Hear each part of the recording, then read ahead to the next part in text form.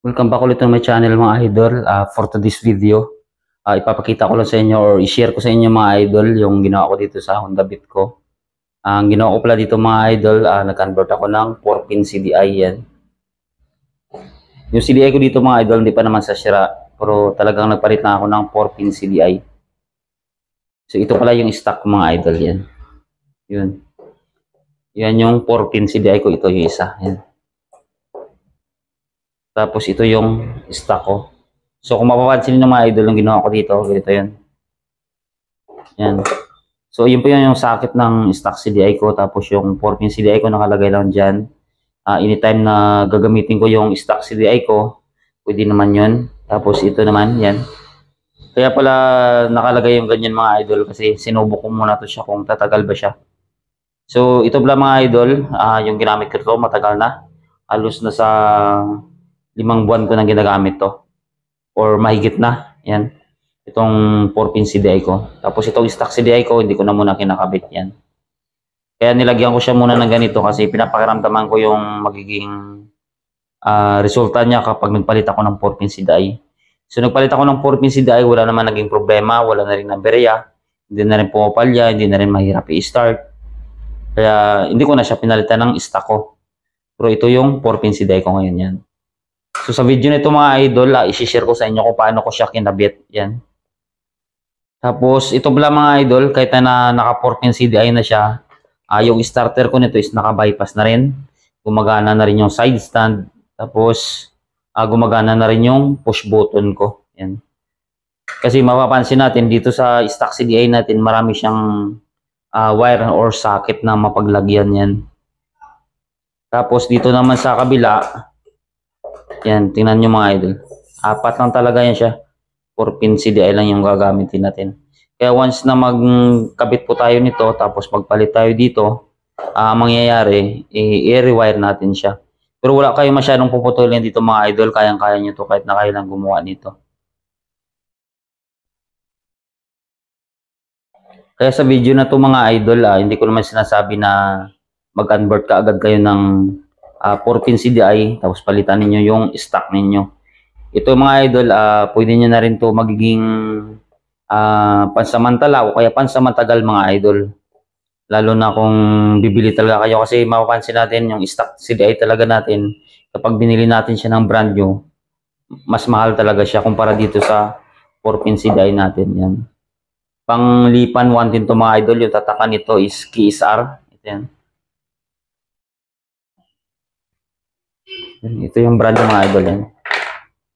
Yan, ito yung brand ng nabili kong pang 4-pin, yung 4-pin CDI ko yan.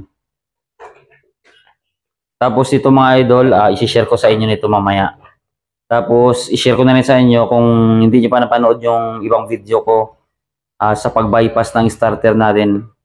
Kasi kailangan talaga i-bypass yung starter natin bago na pag nakabit na natin to. Yung 4-pin CDI natin. Kasi iba talaga yung wire kasi nito. 4 lang siya. Tapos dito, 8. So mga idol, ito pakita ko muna sa inyo na gumagana yung side stand. Tapos gumagana din yung starter button natin. So i-switch ko muna. Subok muna natin mga idol. Pakita ko sa inyo muna na gumagana talaga yung side stand at saka gumagana yung push button natin. So ito na mga idol, i-on muna natin. Yan. Nakasalpak dito mga idol yan. Panglipan yan. 4-pin CDI mga idol. Tapos, ito yung push start natin yan. Una natin.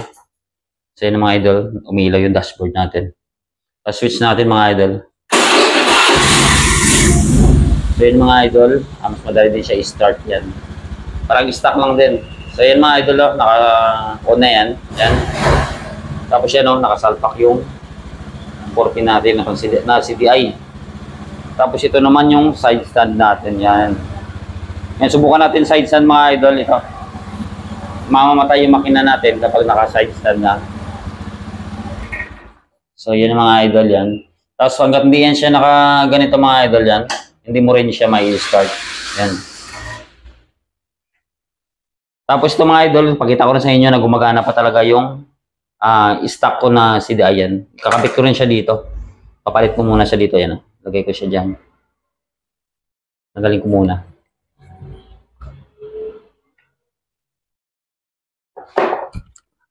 Tanggalin muna natin itong 4 pin.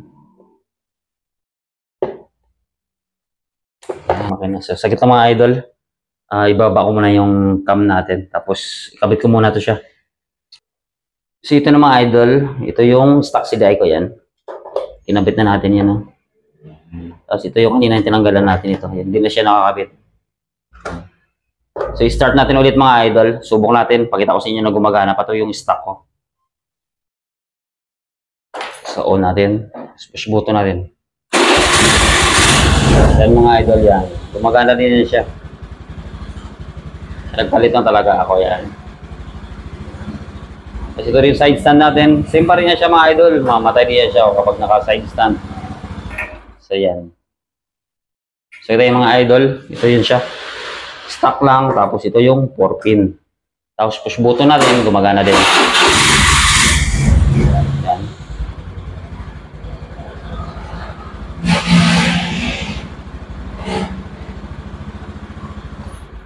So yun mga idol. Pakita ko na sa inyo na nag-start din yung stock natin, tapos ito din yung 4 pin natin.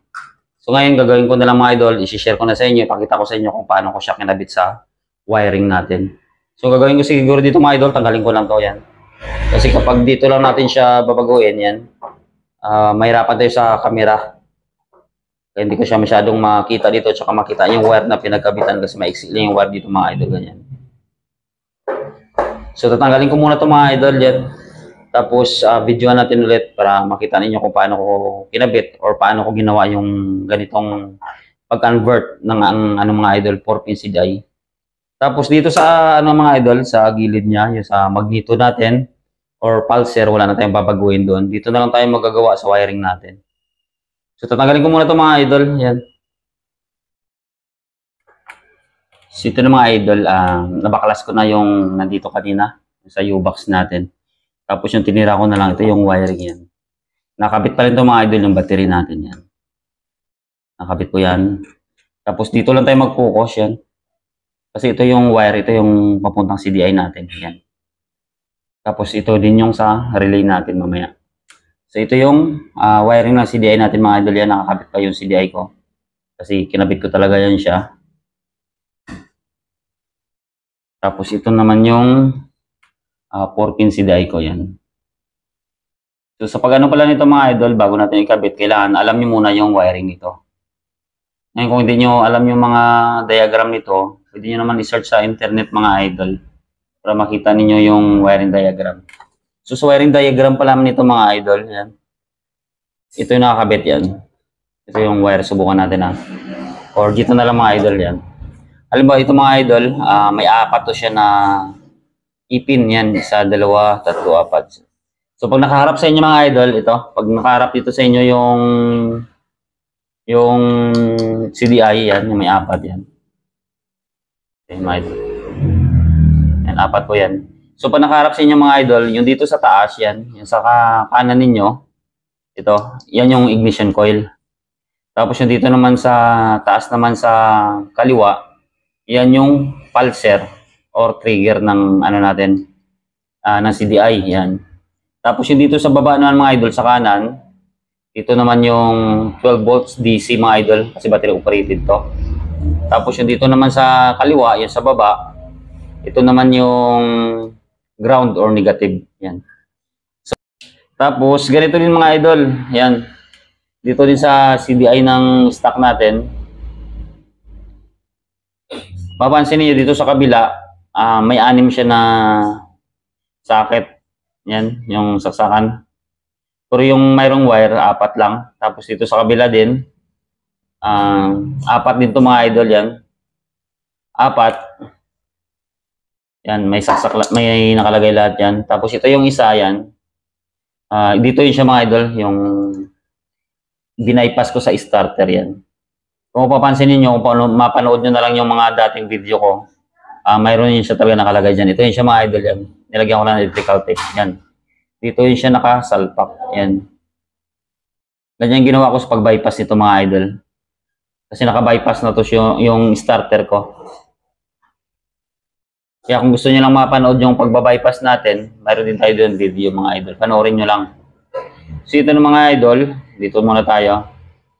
Dito sa stock CDI natin, ganun din siya mga idol, kagaya din ito.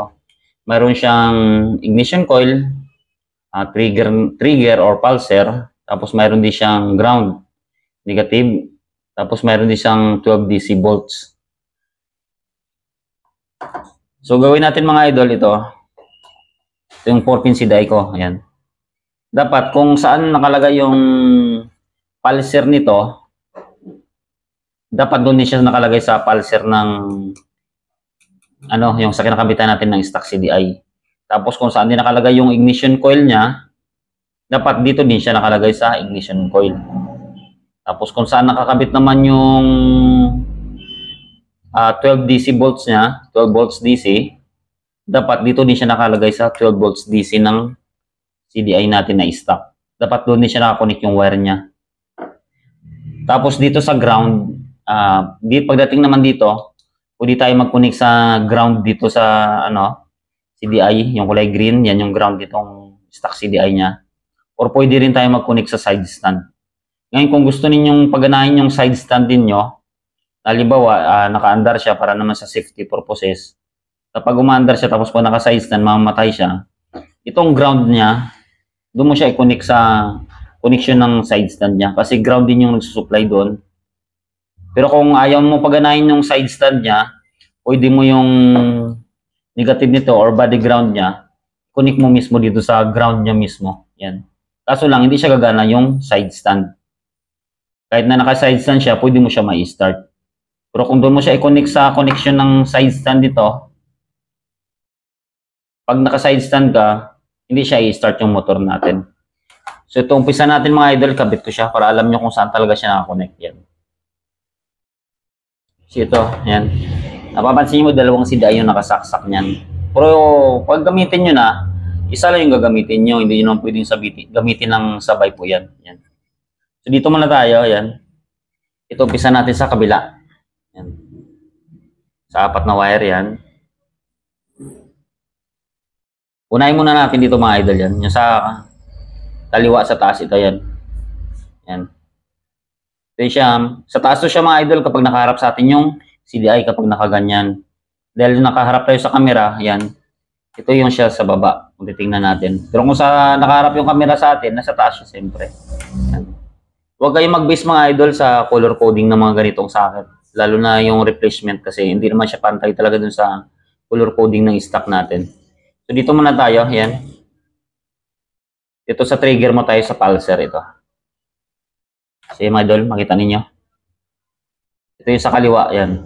Ito yun. Ito yung siya, hawakan ko yung wire, yan. Tapos itong wire na to, dito din natin siya ikabit, yan. Mapansin nyo. Dito din natin siya ikabit, yan. Dito din siya natin ikabit sa pulser din ng stock CDI natin, yan. Dito rin yan. Ito yun. Sa kaliwa. Sa baba siya. Ay, sa taas siya. Ayan. Kapag nakaharap sa atin to, nasa taas to siya. Kaso lang, nasa baba siya dahil nakaharap tayo sa camera. Ayan. Ito yung pulser niya. Dito din nakunik yung pulser natin galing doon sa CDI natin na 4-pin. Yan. Ito yan. So ito nakakunik na siya na. Ayan, nilagyan. May tip yan siya.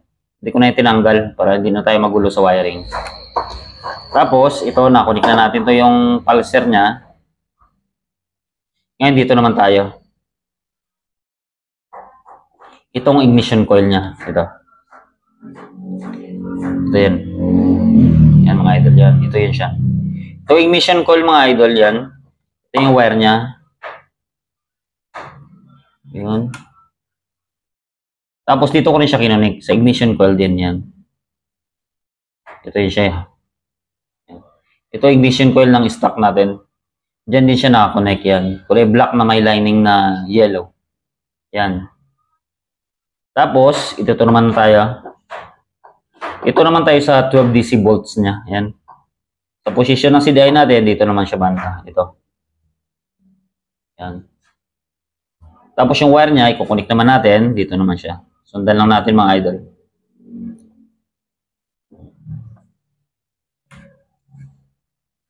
Yung 12 DC volts niya mga idol, dito rin siya nakakonect yan. Ito yung kanina. Ito yung wire natin. galing sa 4-pin CDI, kinunik natin siya dito. Ayan. Ito din sa CDI ng stock natin. Ayan. Ito yung 12 DC volts niya. Dito naman siya sa bandang kaliwa. Ayan. Ito mga idol. Ayan. Kita ba sa video? Ayan. Takpan siya. Ayan. Yung kulay nito mga idol, kulay red na may lining na, kulay black. Ayan. So ito mayroon na tayong lot connection mga idol, itong tatlo. Nakita nyo naman, ito yung pulser, tapos ito yung ignition coil, saka yung 12 DC volts. So dito naman tayo sa ground, yan. Ito yung sinasabi ko kanina. Ito yung ground natin. Ito yan. So yung ground, dito natin siya i-connect. Yan. Ito. Sa side stand switch naman to siya mga idol yan. Yung side stand switch mga idol, bago to siya magkakaroon ng negative supply or body ground siya, dapat nakatiklop muna yung side stand natin sa gilid. Ito yung siya papasok dito ngayon. Yun yung magiging supply ng ground nitong CDI natin. Yan. Para mapapagana natin yung side stand natin, dapat dito tayo mag-connect. Ngayon, kung ayaw nyo paganahin yung side stand ninyo, tanggalin nyo lang to. Ayan. Tanggalin nyo to. Tapos, pwede nyo siya i-connect dito sa ground ng ground ng CDI din. Yan. Yan. Pwede nyo siya i-connect dyan dito. Sige lang. Yan. Yung ground nyo mga idol yan, dito siya naka-connect. Yan. Nakita po ba? Yan. Dito siya sa taas sa bandang kanan. Ito yan. Kung ayaw ninyong paganahin yung side stand ninyo. Kung ayaw ninyong paganahin yung side stand ninyo mga idol, ito, tanggalin nyo lang to. Yan, yung naka-connect dito sa side stand switch natin. Ilipat nyo siya dito sa ground. Ngayon, kung ayaw nyo naman gumamit dito sa wire natin na kulay green, na nakaano talaga siya dun sa harness, kung gusto niyo, pwede nyo naman to ilagay dun sa negative ng battery ninyo. Yan, gagana din to. Kasong kaibahan lang, hindi siya gagana yung side stand natin. Sa akin dito, ang ginagawa ko, dito ko siya kinunik sa side stand yan. Tanggal mo na yung wire. Yan, dito siya nakakonect sa side stand. Kasi gusto ko, aandar lang yung motor natin kapag nakatiklop yung side stand para hindi natin makalimutan lagi na naka-side stand para habang tatakbo yung motor natin. So yun mga idol, yan. So ito, nakakabit na natin yung CDI natin. Ngayon, diretsuhan na lang natin yung ginawa ko doon sa pag-bypass sa, sa starter para mapagana nyo naman yung push button. So yan mga idol, madali lang ito sundan. Basta ito, ulitin natin ulit. Huwag na kayo magsawa mga idol kung paulit-ulit yung natin, sinasabi natin. Importante maintindihan natin. Yan. Yan, ito yung trigger. Tapos yung kabila naman, ito yung ignition coil. Yan. So, sa baba ng ignition coil, ito naman yung 12 DC volts. Tapos yung dito naman sa kabila naman, yung sa baba niya naman, yan. Yan yung negative natin or ground. Yan. Tapos yung dito naman yung kinakabitan natin, yan din yun mga idol. Kung ano yung nandito yung para sa pulser, dapat din para sa pulser. Yung para sa ignition coil, yun din para sa ignition coil dito. Tapos yung para din sa 12 DC volts, yun din dapat sa 12 DC volts. Hindi kayo magkapalit ng wiring. Dito pa rin siya. Tapos itong ground, ito lang may pipilian kayo. Pwede nyong ilagay dito sa side stand switch natin or kaya sa negative ng battery, pwede din yan. Kaya dito sa harness mismo, yung kulay green, yan din yung negative natin. Pwede nyo i-connect yan. Tapos, ito naman mga idol, para mapagana naman natin yung push button starter natin, kung hindi nyo pa napanood yung ibang video natin na pag-bypass ng starter relay, yun din yung ginagawa natin dito. Kasi kung ano yung sa starter relay doon na pag-bypass natin, ito din yung ginawa ko dito. So, ito mga idol yan, ito yung starter relay ko. Tanggalin ko muna. Sa starter relay mga idol, ito yon yan. May apat na yan, sakit. Ito yung sa kabila, ito. Sa taas, malaki yan, masakit. Tapos ito sa baba, maliliit yan. Kaya hindi kayo malilito. Itong malaki, yan, huwag kayong gagalaw dyan. Kasi yung isang linya dyan, nakadirect yan sa positive ng battery natin. Nakadirect yan. Tapos ito naman yung dalawa, yan yung trigger ng starter relay natin. Kaya trigger yan siya kasi ito yan. Once na magkaroon ng supply ito, na positive at saka ng negative, itong dalawang socket na to, dito yun siya magkukonekta. Yan. Mag-connect sa dalawa na yan. Once na ma-supply ito ng positive at saka negative, makiklik yung relay natin. Ang gagawin naman ni relay natin, yung galing dito sa kabila na power, papunta dito, ililipat niya yan.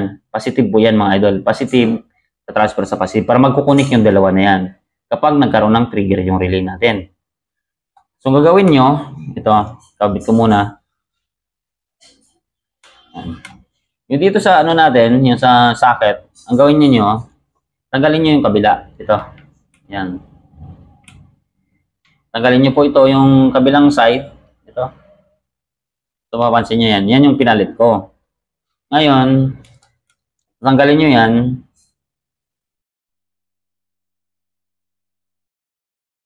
Tanggal pala. Itong socket dito mga idol, dito.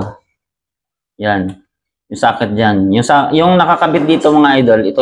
Tapos, ito naman, yung kinabit natin na wire, yan. Ito pinalit natin, no? Yan. So, ito yan sa mga idol. Kulay blue yung pinalit natin. Pero huwag kayong magbase dun sa color coding kasi hindi naman talaga stock niya yan. Tapos, itong kulay blue, yan. Dito nyo siya i-connect ngayon. Dito sa starter niya, ito. Ito yun siya mga idol yan. Kapag nakaharap sa atin yung CDI, nasa taas siya, nasa kanan. Pero pag nakaharap tayo sa camera ngayon, nakaganyan, ito yun siya sa baba. Yan. Sa kanan din siya, ito. Yan. Diyan nyo i-connect to. Ito. Yan. Kasi ito, starter yan. Yan. Yan yung nakakonect dito sa CDI natin. Kaya kahit tanggalin nyo to, wala namang problema yan. Kasi magpapalit naman kayo ng CDI eh. Yan, ganyan siya. Tapos dito siya nakakonect. Yan. Tapos, di ba nalagay na natin, nakasakit na yan. Ito, nakasakit dito. Yan, nakakonect dito sa starter. Yan. Yung may kulay ng dilaw na may lining na green. Dito na siya kinonect. Yan. Okay na yan, may tip na yan siya. Tapos ang gagawin nyo naman, itong wire naman, yung sinabi ko kanina na lagyan nyo electrical tape, nyo naman siya i-connect ngayon. Sa kulay green na galing sa CDI yan. Ito yung negative niya or body ground. Yan. Dito mo siya i-connect ngayon. So yun mga idol. Yan. So gagawin ko mga idol kasi ito natatanggal yung mga electrical tape ko. Tatanggalin ko muna. Tapos at least alam niyo na kung paano ko nilagay yung 4-pin CDI dito. Tapos kung paano ko minaypas yung starter. Sana makatulong to sa inyo mga idol, lalo na sa mga mahilig lang mag-DIY. Pero kung may na yung loob nyo pagdating sa DIY mga idol, mas mabuti pa na magpaayos na lang kayo sa mas marunong para hindi na rin masyadong lalala yung sira ng motor niyo kung sakali. Pero dito sa pinapaliwanag ko mga idol, ito para din sa mga nagdi-DIY lang. So ito mga idol, ayusin ko muna. Tapos lagyan ko muna ng mga tape to ulit yung mga natanggal. Tapos ayusin ko na lang din yung wiring ko. Tapos ikabit ko na to dito. Yan ang mga idol, nasabi ko na sa inyo kung paano ko siya kinabit. Sana makatulong to yung video na sa inyo mga idol. So palambing na rin mga idol. Kung bago ka pa lang dito sa channel ko, sana ma-subscribe mo yung channel ko para updated naman kayo sa mga iba pang video natin. Ibira lang kasi ako makakapag-upload dahil may trabaho din ako.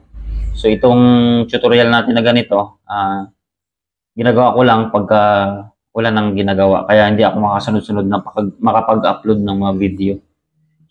So kabit ko muna to lahat. So yun na mga idol, naayos na rin natin. Nabalik na natin siya ulit. Yan. Tapos ito na yung nakakabit ko. Yan. Yung 4-pin CDI ko. Tapos ito hindi ko na to siya kinakabit. Reserva ko na lang siya mga idol.